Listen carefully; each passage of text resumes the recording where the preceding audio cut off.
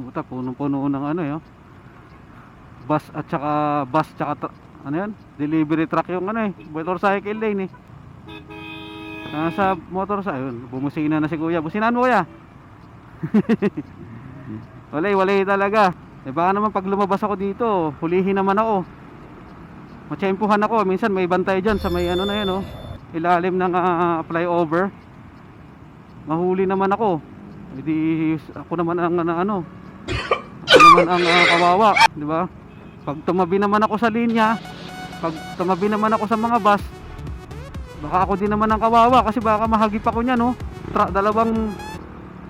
Dalawang bus tsaka isang delivery truck ba yun kanina? Close van. Diba? Yan, minsan may bantay kasi dito eh.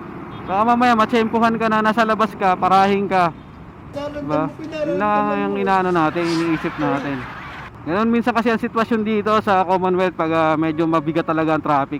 Madalas doon sa spot na yon, yung ganung sitwasyon. Talagang pinapasok talaga ng bus, ng trailer truck, ng delivery truck.